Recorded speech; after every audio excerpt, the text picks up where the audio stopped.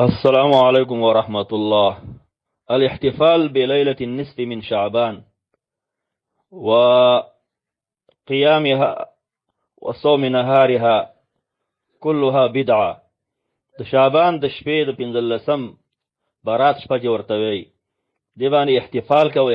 احتفال معنا مناول، اختر جوړول، حفلات پکې جوړول او دا شمع بلول او مټین تقسیمول او دغه عبادت کول تخصیصي طریقه باندې، خصوصي طریقه باندې، او بیا سباله روزې نیول د 15 د شعبان باندې. دا ټول بدعت دی. د دې بدعت باندې بدعتوب باندې قرآن نم دلیل شته، حدیث نم شته. الله عز وجل فرمای اليوم اکملت لكم دینکم واتممت علیکم نعمتي ورضیت لكم الاسلام دینا. نن دین مکمل شوی دی او بس کم خالیګاه پکې پاتې نه ده. نو دا پروګرام چې کم دی دا احتفال کول، مناول، دا که عبادتي نو بیا خو دین مکمل نشه، ځکه دا وروسته ایجاد شوی دی. ځکه عبادت دی ته چې دین نه لري کې دین ناقص کیږي. دا چې ته لري کې دا د شپې قیام الليل کول د خصوصي طریقه باندې او دغه ورځ باندې روزه نیول، دا عبادت چې د اسلام نه لري کې اسلام ته نقصان نه رسیږي. ځکه دا خبره الله عز وجل ډیره پوښا کړې ده. په د حج په موقع باندې عرفات کې د آیت راغلی نو دا شی نه وروسته ایجاد شوی. هغه عبادت چې هغه د هغې نه وروسته ایجاد شوی، وروسته نبی صلی الله علیه وسلم د وفات نه وروسته ایجاد شوی، نو هغه بدعت دی. ځکه دین مکمل دی او دا چې ته لرې کې د دین کمال ته نقصان نه رسیږي. نو فلهذا د دې عبادت په نه کولو باندې چې دین ته نقصان نه رسیږي نو دا بدعت دی. او دارنګه آیت کې دا هم راغلی ام لهم شرکاء شرعوا لهم من الدین ما لم یأذن به الله. آیا دې خلکو لپاره شریکان دي چې د الله سره شریک دي په دې کې چې الله یو شی جایز کوي، دوی هم جایز کوي هغه څه چې الله اجازه نه کړي. نو د آیت نه دا معلومه شوله یو شی چې د الله عز وجل له خوا نه اجازه پې نه راغلی، داغه د رسول په خوله باندې نه په قرآن کې نه په حدیث کې، او هغه څوک ایجادي شرع ایجادي ام لهم شرکاء شرعوا مشروع ګرځي، نو دا انسان چې کوم دی په دې باندې مشرک کیږي. دې ته شرک ویل شوی دی، دغه کسان ته شرکا ویل شوی دي. نو دې باندې الله او رسول د دې اجازه نه ده ورکړي چې لیلۃ النصف چې کوم دی نصف د شعبان نصف شب برات چې ورته وي، شب برات چې ورته وي، چې دې باندې احتفال کول او عرسونه جوړول او په دې کې اخترونه جوړول او خوشالۍ نه کول، دا اجازه الله عز وجل نه ده کړې، نه رسول الله کړی صلوات الله وسلام علیه. او د شپې د منځونه کول، 100 رکعات منځ کول او به سبا د روزه نیول، د دې اجازه الله او رسول نه ده کړې. نو دې کار د شرک ویل شوی دی. او حدیث کې دا راغلی د عائشہ صدیقه رضی الله عنها حدیث دی من احدث في امرنا هذا ما ليس منه فهو رد. چې په دې دین کې نوې کار راوېست چې د دین نه سند نه نو هغه مردود دی، هغه مقبول نه دی، هغه مردود دی. او من عمل عملا ليس عليه امرنا فهو رد. چې هغه عمل وکړي چې هغه زمونږه هغه امر نه زمونږ له خوا اجازه نه، نبی صلی الله علیه وسلم فرمای نو دا کار چې کوم دی دا مردود دی. نو دا کارونه چې کوم دی دا نبی صلی الله علیه وسلم په زمانه کې نه دی شوی. نبی صلی الله علیه وسلم لیلۃ النصف من شعبان د شعبان 15 شپه باندې هغه خوشالۍ مشالۍ نه دي کړي، عید نه دی جوړ کړی عید. او دارنګه په دغه شپه باندې خاص هغه 100 رکعات نه دي کړي. نبی صلی الله علیه وسلم لا یزيد فی رمضان ولا فی غیره علی 11 رکعه. حدیث کې دا راغلی، نبی صلی الله علیه وسلم فرمای، عائشہ صدیقه فرمایي نبی صلی الله علیه وسلم په رمضان او غیر رمضان کې یو رکعات باندې زیات مونږ نه کړي یا 13 رکعات کړي. نو غیر رمضان کې او شعبان راغی کنه دې کې دا نه دی کړی دا مونږ او نه صحابه کړي. او په دغه ورځ باندې خصوصي طریقه باندې روزه نه ده نیولې. نو فلهذا دا نه قرآن کې شته دا شپه مناول او د شپې 100 رکعات کول او نه په حدیث کې شته او نه صحابه دا کار کړی دی، بلکې دې باندې رد راغلی دی اذا انتصف شعبان فلا تصوموا. کله شعبان نسبت ورسیږي روزه منی صحیح حدیث کې دا راغلی دی. مګر هغه څوک چې داغې نه هغه مخکې دغه ورځ هغه عادتي او بین ولې شي خصوصي طریقه باندې روزه نیولونه دا من راغلی ده. حاجی دا قرآن کې نشته، حدیث کې نشته، بلکې رد پر راغلی دی د برات باندې، شپه د برات باندې. دا کوم ځای نه دا خبر را شروع شوې ده؟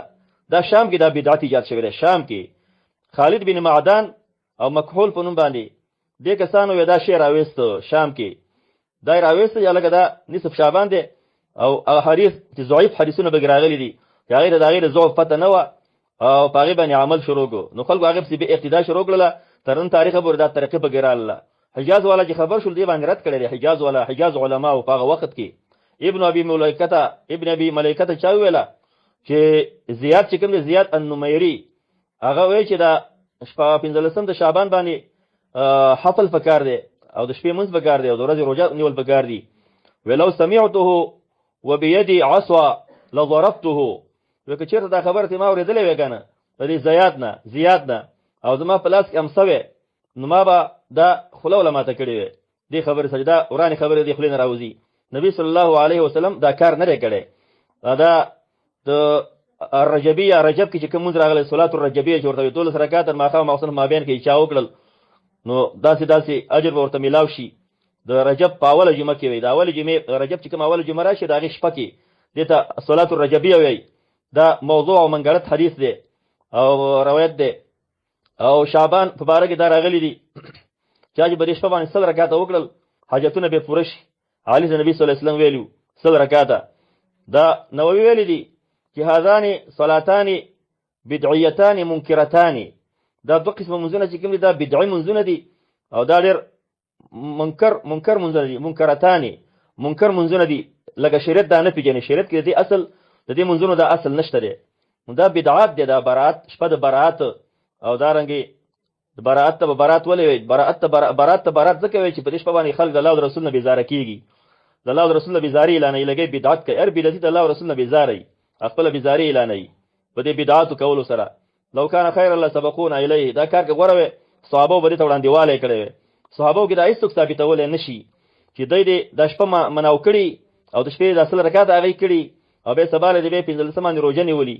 دا صحابه کې دا خبره څوک نشي ثابتولې. ځکه نه ثابتولې صحابه چې هغه کار وکړي چې محمد رسول الله نبی اوریدلې وو یا به تلیدلې وو. نو صحابه دا کار نه کړي نه رسول الله اوریدلې دي او نه تلیدلې دي. او کته دا حدیثونه بګی راغلي دي اذا كانت الليله النصف من شعبان فقوموا ليلها وصوموا نهارها. کله چې شعبان نسبت ورسیږي نو د شپې هغه منځ وکي قیام الليل وکي او د ورځې روزه ونیسي. نو دا منګړت دي. دا روایت کوم دی دا منګړت دی موضوع دی. ابن ابي صبره پکې دی او کان يضع الحديث هغه برزانه حدیثونه جوړول. دا اهل بدع چې کوم دي دا بدعت کوم دی وجنه واقع شوی دي چې تحقیق نه لري. صرف قال رسول الله چې بس سپین چې په تور باندې کښوي دا حدیث دی. نور دا حدیث تحقیق پکاره. دا حدیث دی کنه دی ځکه حدیثونو کې موضوع بشتره ضعیف بګشتره منګړت منکر متروک دا ټول پکې دي. تثبت بګي فتثبتوا فتبينوا. الله عز وجل فرمایي دې خبره تثبت بګوي تبین بګي او قرت بګي تثبت دي فتثبتوا خبره په ثبوت باندې ورسوي. نو د جز کتابونو کې لګي احیاء علوم الدین کې دا خبرې لیکل شوې. غزالی لیکلي دي او نور د قوت القلوب کې دا خبرې لیکل شوې دي. احیاء علوم الدین چې کوم د حدیثونو کتاب نه دی او قوت القلوب دا د حدیثونو کتاب نه دی. نه دا خلک چې کوم دي مصنفین دا محدثین او نه تحقیق بس بیرتین دغه ته وګوري. قوت القلوب چیرته دی؟ تخریب القلوب دی. او احیاء علوم الدین ته وګوري. احیاء چیرته دی؟ اماتۃ علوم الدین دی. هغه ته وګوري بس دا موضوع منګل تر وتن بګی راواخلي. اس بدعت پکې ایجاد کی تثبت نه کې تثبت د دې وجه نه زما د خلکو نه د خیر خوایي درخواست دی. الدین والنصيحه ځکه دین نصيحت د خیر خوایي ده. دا څوک چې دی روزو په روان دي شب برات تخصیص په روان دي مهرباني دی وکي.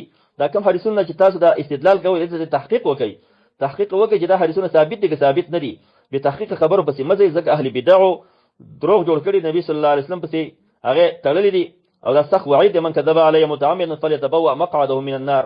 حدیث کې دا راغلی چې ما من دروغ وتړل نو ځان جهنم کې ځای جوړ کی او دروغ تړل دام دي چې حدیثي یرا انه کذب احتمال بګی دا به ضعیفي او بس هغه بیانوي. نو دام په دې وعید کې راځي. نو په دې وجه باندې عوام خلک چې کم دي د سیمولي سیبانو پسې مزه چې هغه د منګړتي خبرې کوي او ځان خبرې جوړوي. او علماء کرام چې کوم دغه باید تحقیق وکي. عوام چې کوم دي نو هغه د خبرو نه صرف گزار شي. ځکه دا نوافل دي. نوافل دا قیام الليل چې کوم دی دا نفل دی او دا روزه نیول دا نفل ده. نفل د وجه نه دون اهتمام تاسو کوئ نوافلو کې چې دا غیر وجه نه به بدعت کې واقع کیږي. تیرې کې دا نفل سره کوي مو کدا ثابت می دا فرضا و تقديرا کدا خبره ثابت می نو هم ضرورت ځنه شي. مستحب کار دی. مستحب دا چې ثابت نه ده بلکې دا بدعت دی. صفه بدعت دی. ځکه زمونږ دین چې کوم دی دا صحیح حدیث باندې ثابتېږي او په منګړتو او په ضعیفو حدیثونو باندې دین نه ثابتېږي. قیام الليل چې کوم دی دا خیسه عبادت دی. خدا په دغه ضعیف روایتونو باندې څوک نه ثابتولې. تخصیص دغه شپې کول او دا رنګ روزه نیول دا غټ عبادت دی خو په ضعیف حدیثونو باندې دا نه ثابتېږي. الغرض خبره خلاصه خبره دا ده چې د 15 د شعبان د شپې او د 15 د شعبان د ورځې د باره کې هیڅ یو حدیث هم صحیح راغلی نه دی. هغه حدیث پکې گزارې واله د کوم کې دا راغلی چې الله عز وجل اول اسمان ته راګوزيږي په دغه شپه باندې نو فیغفروا بخنه کوي په عدد ګډو د کلب قبیله د وجغنو د کلب قبیلې چې کمی ګړي دي او د هغې په شا باندې چې کمی وجغنې ولاړې د هرې وجغنې په مقدار باندې انسانان د بخښنه کوي کلب دا یوه قبیله وه چې هغې کې دا ګړي هغه ډېرې وي دغه حدیث هم پکې ضعیف دی انقطاع پکې